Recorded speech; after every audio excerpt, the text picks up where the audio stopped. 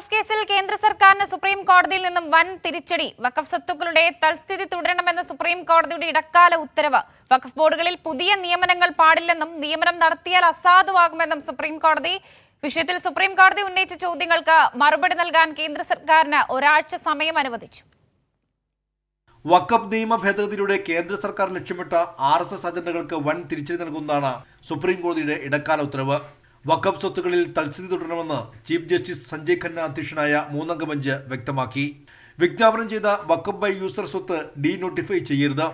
കളക്ടർമാർക്ക് പ്രവർത്തനം തുടരാം, എന്നാൽ തൽസ്ഥിതി മാറ്റാൻ പാടില്ല.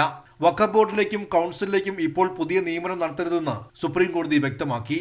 നിയമനം നടത്തിയാൽ അത് അസാധുവാകുമെന്നും ഇടക്കാല ഉത്തരവിൽ പറയുന്നു. അടുത്ത ഒരാഴ്ചയ്ക്കുള്ളിൽ സുപ്രീം കോടതി ഉന്നയിച്ച ചോദ്യങ്ങൾക്കുള്ള മറുപടി നൽകണമെന്നും കേന്ദ്ര സർക്കാരിനോട് സുപ്രീം കോടതി നിർദ്ദേശിച്ചു.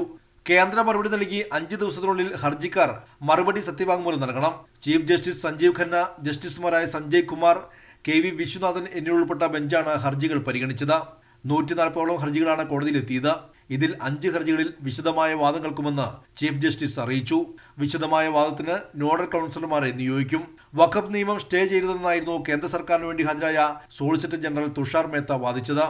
നേരിട്ടോ പരോക്ഷമായോ നിയമം സ്റ്റേ ചെയ്യാൻ പാടില്ലെന്നും ജനങ്ങളുടെ ആവശ്യം കേട്ടതിനു ശേഷമാണ് നിയമം രൂപീകരിച്ചതെന്നും കേന്ദ്രം വാദിച്ചു. നിയമം സ്റ്റേ ചെയ്യില്ലെന്ന് വ്യക്തമാക്കിയ സുപ്രീം കോടതി ഇക്കാര്യത്തിൽ വിശദമായ വാദം കേൾക്കുമെന്ന് അറിയിച്ചു. വഖഫായി പ്രഖ്യാപിച്ച സ്വത്തുകൾ ഡീനോട്ടിഫൈ ചെയ്യരുത്.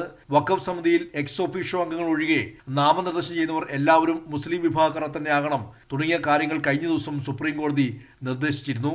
ചുരുക്കത്തിൽ വഖഫ് നിയമ ഭേദഗതി നിയമം ഉടൻ നടപ്പാക്കാൻ കേന്ദ്ര സർക്കാരിന് കഴിയില്ല എന്ന് വ്യക്തമാക്കുന്നതാണ് സുപ്രീം കോടതിയുടെ ഇടപെടൽ.